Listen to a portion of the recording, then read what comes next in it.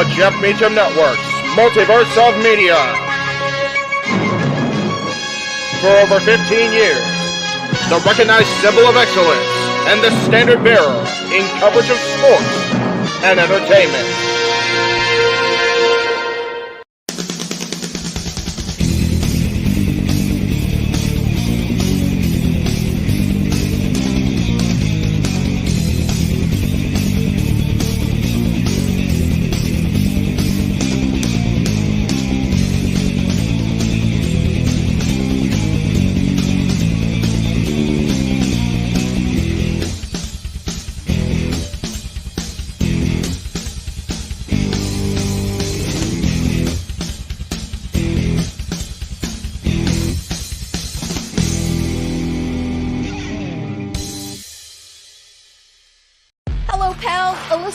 Here, and as a friend of Parker Kane Promotions, I am super excited to share the awesomeness that they've got in store for you this November at WrestleCade.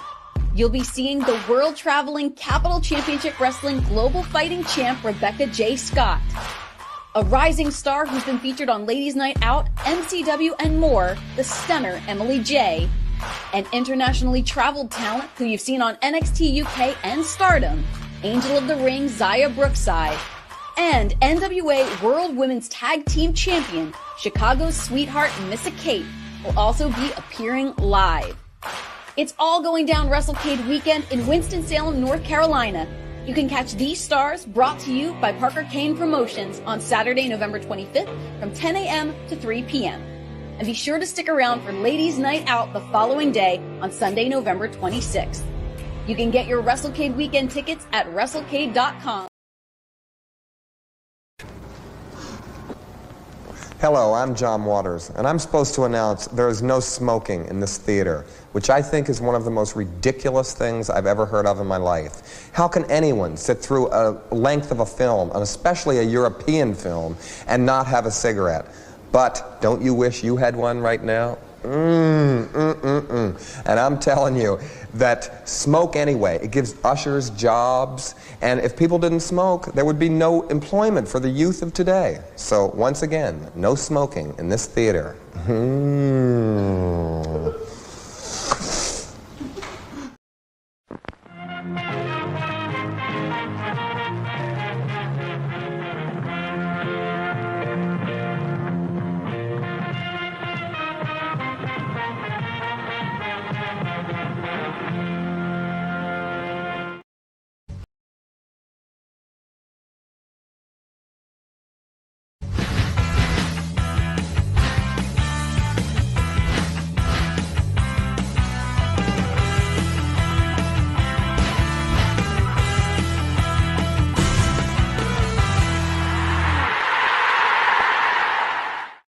What is going on, everybody? Happy Thursday. Good to see everybody in the chat room already. This is Talk Wrestling. We are across the multiverse here on a Thursday night. Again, it is Thursday, October 26th, 2023. I do believe it's 26th. I could be wrong on that, but I'm pretty sure I'm right. Welcome to Talk Wrestling. I am, of course, where's my name tag? My God. There it is. Jeff Meacham here at the JMN Studios here in Santa Clarita, California. Good to see everybody. Hello, Daniel. He says, I'm teaching my youngest nephew how to say too sweet and show him how to sign too sweet. Beautiful.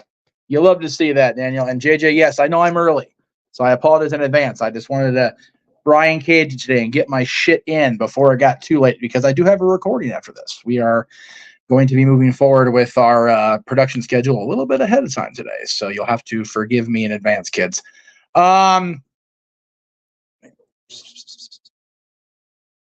Okay, cool. There I am.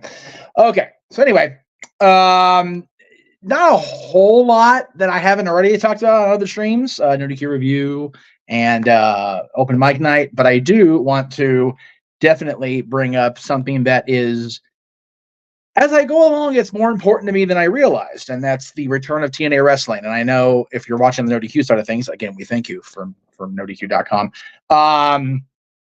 But I know TNA didn't get a whole lot of love these days on a lot of the social platforms, because the brand Impact Wrestling / TNA Wrestling has been very much thought of as lesser than by a good majority of the no DQ galaxy because of the Hogan Bischoff era. And I am telling you now that I am going to do my best to champion TNA Wrestling and the return coming up on June 13th, Saturday night out in Las Vegas with Hard to Kill.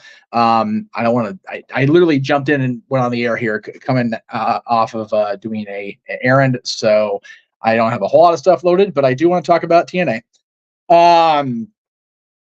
I'll get to watch Impact later. I'll watch on demand. And part of why I'm going early is because we have a recording tonight, because beginning next Thursday, as a matter of fact, on the Multiverse of Media, across the multiverse, with the exception of NoDQ.com, which is why their logo is not there, we'll be doing TNA Throwback Thursday as a countdown to our coverage of Hard to Kill coming up on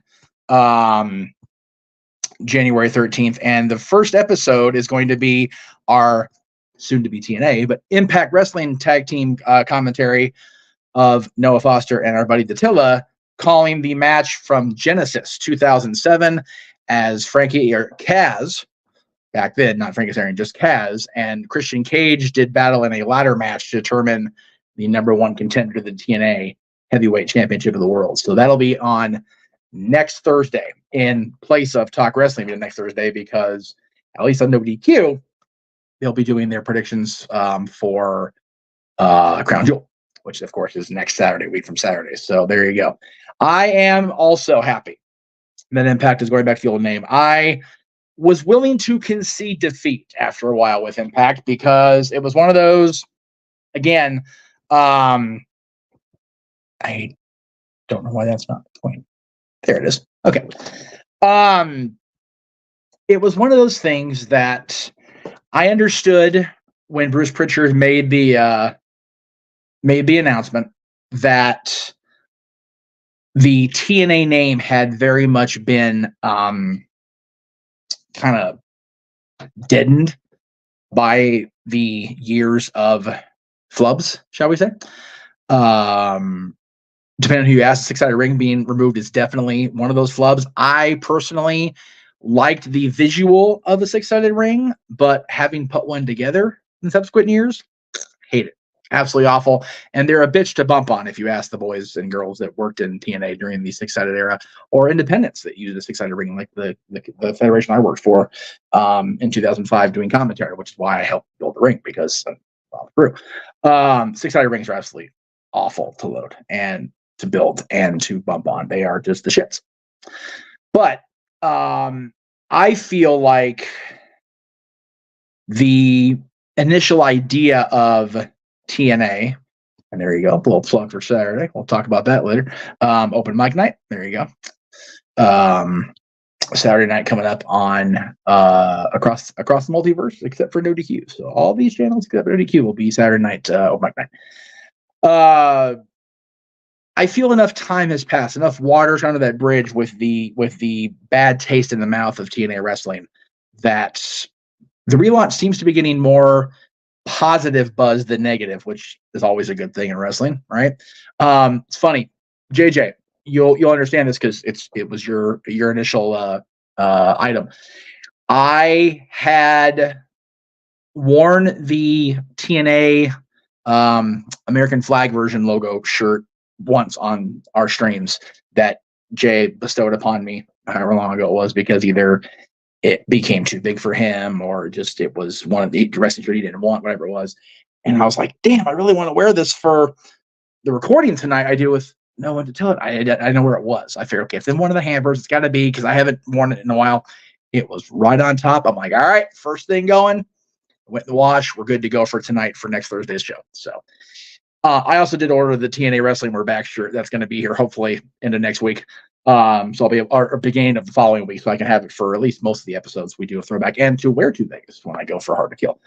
I know a lot of us within the no DQ sphere, if you will, before it became a big giant galaxy all these years later, we were happy at the launch of TNA in 2002 because we'd been without for a year. There had been WWE, and that was it. Ring of Honor had launched in February of 2002, but there wasn't the widespread exposure of the brand of Ring of Honor at that point. So not everybody had access to it. So to get something that could be readily accessed every Wednesday night, yes, it was a pay-per-view, but it was $10. So figure 40 a month, like they were charging for WWE back at the point. And it was a cool thing to see some of our old favorites. Scott Hall came in, Road Dogg, Jeff Jarrett, Jerry Lynn, who had been in ECW.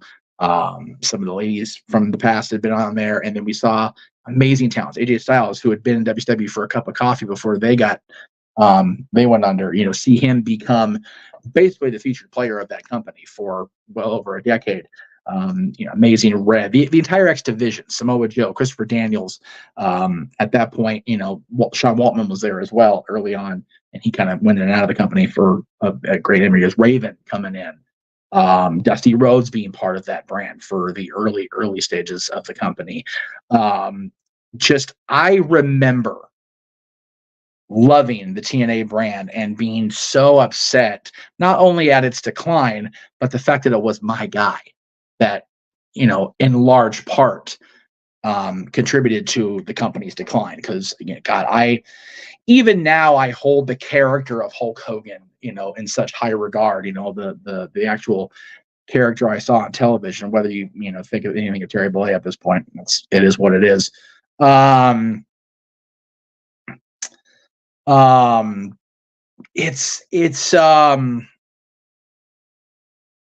I was very sad to see TNA go, and I'm glad that it's coming back.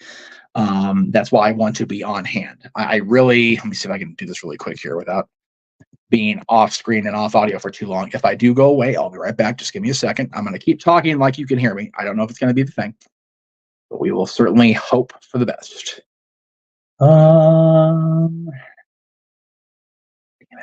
Here it is. Cool. That's why I'm making it a point to be out in Las Vegas on the 13th of January at the Palms, which I've not been to. This is not cut. You can see behind. I didn't cut that very well. I will work on that banner. But anyway, so yeah, that is the plan, and that's why we're doing Throwback Thursday starting next week with Christian Cage versus Kaz from Genesis 07. I did start early, Matthew. I needed to get the night moving. I do see your super chat, Psycho, and while I would normally not bring it up because it wasn't super chatted, I see your chat, so I will gladly take a brief break from wrestling here. And it says, this might be personal and non-wrestling related, but I am possibly moving to another state next year. Do you have any advice on how to handle a major change like that? Thank you for the content. Well, thank you for thanking me for the content. I know it's a little hard on everybody right now. We're doing we're in the process of still moving now, so I get it. Haven't moved states though. I can't speak for anybody else. I've never had to move out of state. I have moved out of this house, this city, for a period of 2 years, I'd say, living with the soon-to-be, at that point, anointed Constantine Studios. And that kind of change is always a challenge. It's new surroundings, it's a new environment. To be honest, Psycho, I don't want you to put your personal stuff on blast if you don't want to. I don't know where you live now or where you might be going to. Because even within the lower 48, the culture is very different from state to state. I've seen that in my travels, going from here to Vegas or here to Arizona or here to DC or Pennsylvania or Oregon or being in Chicago, parts of Chicago, being parts of Georgia for a few days even. There are distinct differences and personalities of the culture of a city or a state that permeate and are definitely different, even from state to state. So my advice on that would be to take things as they come. My dad is famous for always telling me to solve one problem at a time. And that, not even a problem, just take one thing at a time to address and either solve or handle, or whatever the word you want to use is. It sounds very cliche. It sounds very vague, but life really is and can be that simple if you just take things one step at a time.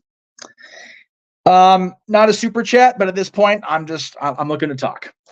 Thoughts on AEW ratings, more importantly, Tony throwing shade on NXT and Vince and bringing Flair out, also hot-shotting RVD, Flair and Okada pop rating. They also had real competition. I've kind of talked about I've kind of talked the Tony thing to death, if I'm being honest. Again,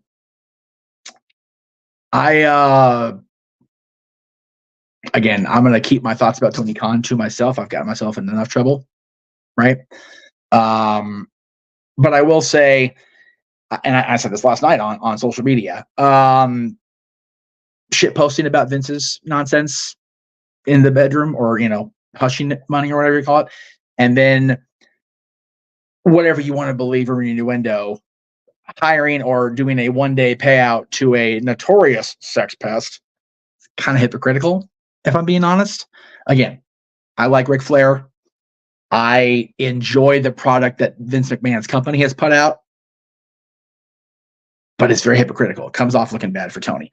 As far as bringing out Rob and Flair and Okada, I am all about seeing Okada in the United States. I am mad at myself for missing him when he was in Long Beach, not too far away from me. And I always love seeing Rob on TV. I'm not going to shy away from my buddy getting a payday, especially in Philadelphia, especially teaming with Taz's son while Taz is on commentary. That was just a complete mindfuck. It really was. It was fun to watch yesterday. I enjoyed it. And yeah, they had competition on that Tuesday night, which is why I don't understand going up on a Friday night, even though you have a pay-per-view the next day, going up against SmackDown. That's a bad idea on November 17th. We'll see how it plays out. We're doing a watch along.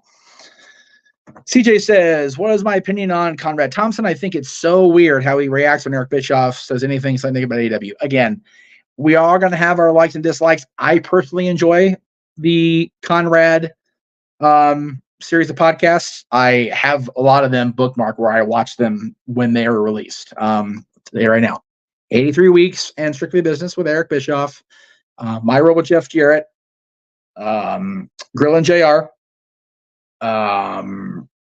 occasionally What Happened When with Tony Schiavone, depends on what they're talking about.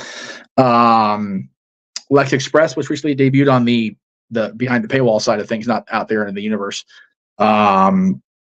I enjoy Conrad's shows for the most part. So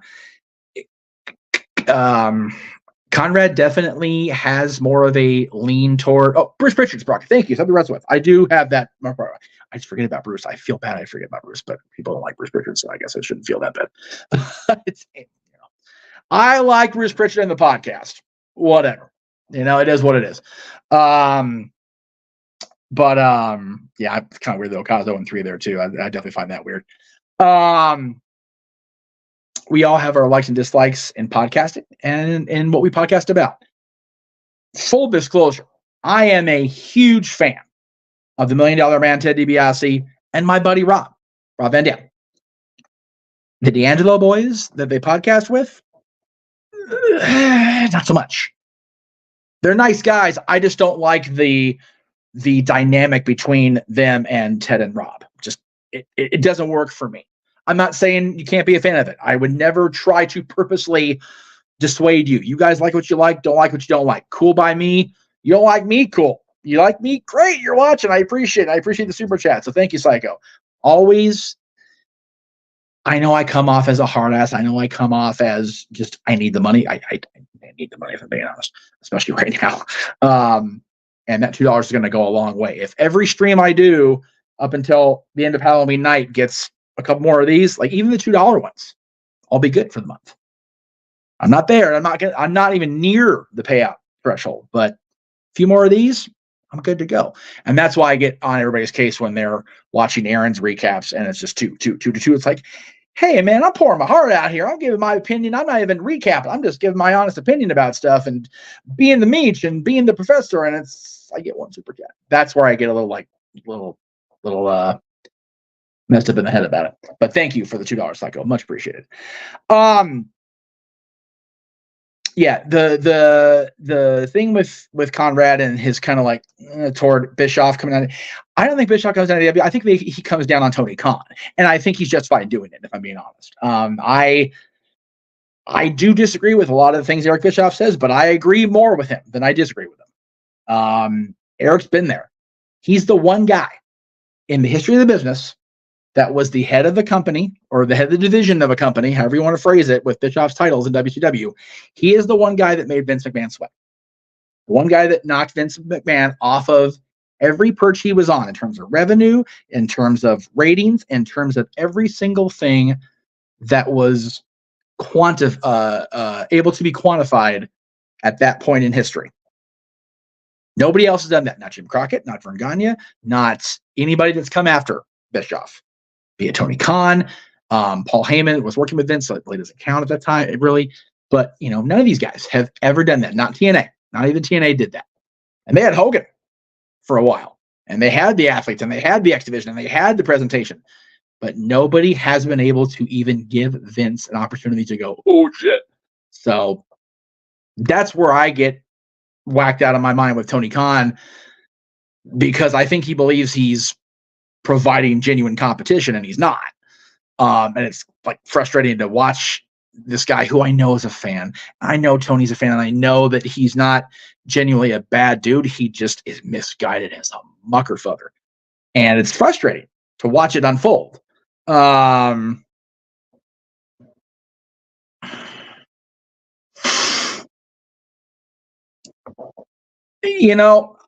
I'm not going to lie. This decision does bother me as a fan.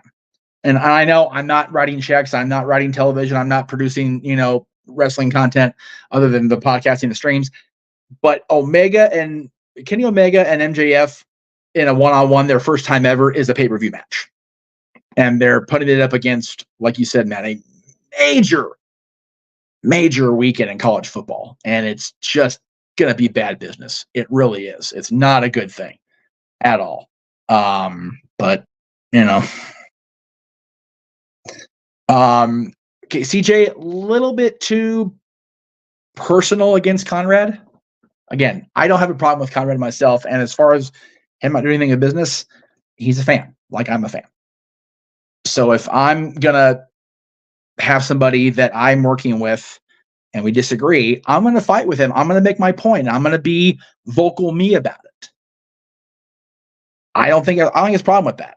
And, to the point of he didn't do anything in business, he's the reason Bruce Pritchard got his job back, really, when you think about it. He produces a hell of a lot of great content that I watch or listen to every single week. Like or dislike the involvement of Rick actually in the ring, the Ric Flair's last match card was damn good last year. I had a good time calling it. I had a good time with the anticipation and the build up to it. And if we want to go that route, I ain't done shit in the business, but I have an opinion, and a lot of people value it. So, yeah. I mean, I have no problem with the conversation. I do have a problem with throwing shade. Because, I am like everybody else. I am a fan who has an opinion. So, who am I to say, oh, this guy's a mark, he's never done shit? Me either. I just have a problem with people that do run the companies, that do run the industry, that do have a quantifiable say in the industry, acting like a bunch of jackasses, be it on social media, be it out in public, whatever the case may be. Good to see you, sir. Good to see Boxing Ghost in the chat room. So yeah, that is, okay, I'm going to try this again. Again, if I lose audio, bear with me. Whoops. That's not what I wanted to do at all. I am still talking as if you can hear me. I certainly hope you can. I don't see the thing I'm looking for. Aha! There it is. I'll do that one too while I'm thinking about it. Let's go ahead and put these up too since I'm here anyway. Yeah. Okay. I'm back. Hi. Oh, there we go. Let's see. Psycho with not a super chat, but I'll tell you that's funnier than shit. Would you rather interview Ryback or Grimace from McDonald's? Grimace. Easily Grimace. Matt with a super chat. Thank you, Matthew. I know it's not much in my first ever super chat, so thank you for that, by the way. But thank you for all you do. Plus, Rick, no more. Yeah, I will gladly hop on that choo-choo train. Right, Denise, choo-choo train. Choo-choo. Love you, Denise. I'll say that. Yeah, no more wrestling matches for Nature Boy Ric Flair. I'm a fan. The promo was rough last night. He's 70-something years old, guys. So there is that. All right. That's enough out of me for the night. I think we'll go ahead and get going on the recordings here once we sign off. But please, everybody, check out the content tomorrow. We've got No DQ, Aaron's recap of SmackDown. We've got all the crazy stuff coming up. This Saturday, of course, will be our Halloween Spooktacular open mic night across the multiverse of media. We'll be talking about the quote-unquote death of Impact Wrestling, the name brand. We'll be talking about Bash in Berlin, which was announced this week by WWE. Very cool that they're going to Germany for that, for an event. Very, very cool. And there's this from JJ, which, again, he's not wrong. Oh, my goodness. CJ, thank you. $20. Wow. Okay, I'm back on screen here. Hang on. Hi. What is my Mount Rushmore of referees? Golly. Earl Hebner. Charles Robinson.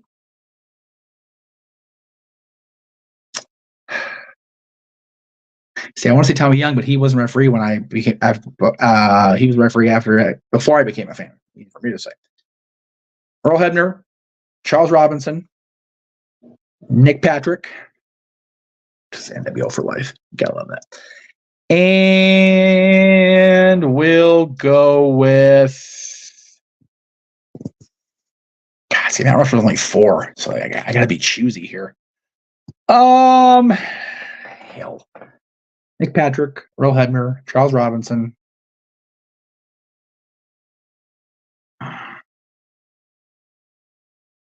I'm going to be that guy and cop out, Aubrey Edwards. With honorable mention to, what the hell was... the head TNA referee's name. Help me out, guys. He's in WWE now. Dan. His name is Dan in WWE, but what's his name in TNA? Again, Tommy Young was before my time. So I would say Tommy based on videotape, but yeah, for me it's no, not Chad Patton. Earl Hebner, Nick Patrick, Charles Robinson, the head TNA referee, and again, help me out with the name somebody because I forget. And with honorable mention to Aubrey because I just think she's awesome. And she was super sweet to me on the cruise. So God bless her for that. It's going to bug me. I don't know the referee at TNA's name because he's in WWE now. Dan Engler. He's in WWE now. He's been there for a few years now. Anyway, open mic night, Halloween Spectacular coming up this Saturday, 11 o'clock Eastern, 8 p.m. Pacific. And then, I know his name is Dan Engler now, but I couldn't remember his name in TNA Virtue. So thank you. Dan Engler, I know, but I can't remember his damn name. And Rudy Charles. Is it Rudy Charles? That's going to bug me if that was Rudy Charles. That sounds right. Anyway. As of now, I'm saying, because it could change very quickly, these are what is left for us to cover across the multiverse of media as far as watch-alongs. Turning Point next Friday, Crown Jewel next Saturday, Rudy Charles, thank you, Virtue. The Friday Night War, if you're going to call it that. I don't think it's going to be a war much myself, but we're going to be calling both shows. Full Gear, Dynamite, Thanksgiving Eve, Survivor Series, NXT Deadline, ROH Final Battle, and recently announced as of yesterday, AEW World's End, and then, man, we've already got, once we get a finite date down for Revolution, of course, 9 nights of coverage next year already, too. Wrestle Kingdom 18, Hard to Kill, which will be live on hand for, the Royal Rumble, Elimination Chamber in Australia, Revolution 2024, both nights of WrestleMania, AEW All In, London, and Bash in Berlin. Turning Point is being recorded this weekend, but it will air next Friday on Impact Plus and Ultimate Insiders or whatever Impact Insider, whatever it's called. So we're going to be calling it as we see it on the Impact presentation. So that's why it's being next week, because they're taping it tonight. That's it for me, guys. Thank you all very much. Again, Virtue, confirm for me in the chat room if I'm wrong while I go through these last little words here. No DQ review this weekend, but next weekend, the day after Crown Jewel, the No DQ review will be coming back. But we've got open mic night this Saturday with our Halloween Spooktacular. I'm back on Monday with Meacham's Musings, I think. Tuesday will be a packed day. JJ's recap of Monday Night Raw. We're doing Dad's Not Always on Wrestling with our ranking of the Halloween movies, all 13 of them, at 11 a.m. Pacific. Stepway Sports Bar will be at 1 p.m. Pacific, and then NXT Halloween Havoc Night 2. Wednesday, I'm off. I'm usually the Greg Sherry Show if I can help it, but this Wednesday, I am just a smidge busy. I'll be at the Hollywood Bowl seeing Guns N' Roses. Also, if you're going to be in the area of LA, Orange County, Los Angeles County, Orange County, the weekend of or the week of Full Gear, I fully intend to be at this event at OG Collectibles down in Downey to see the AW World Champion and get to meet him in person. That's my goal, is to be there on that Thursday.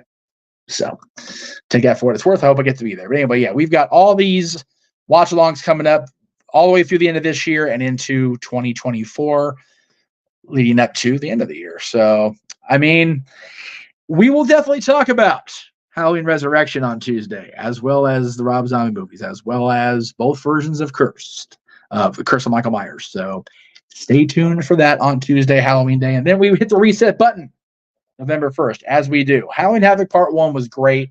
So many amazing matches and segments with the women of NXT and WWE. So looking forward to Tuesday night and Part 2. All right, guys, that is it for me. I'm out of here. I got to get the recording going. Thank you all very much. Have a wonderful night. We'll see you tomorrow and across the weekend, or all weekend, I should say, across the multiverse. Good night.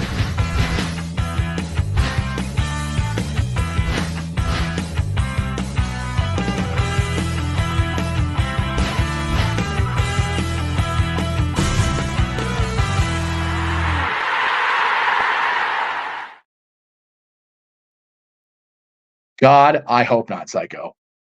God, I hope not.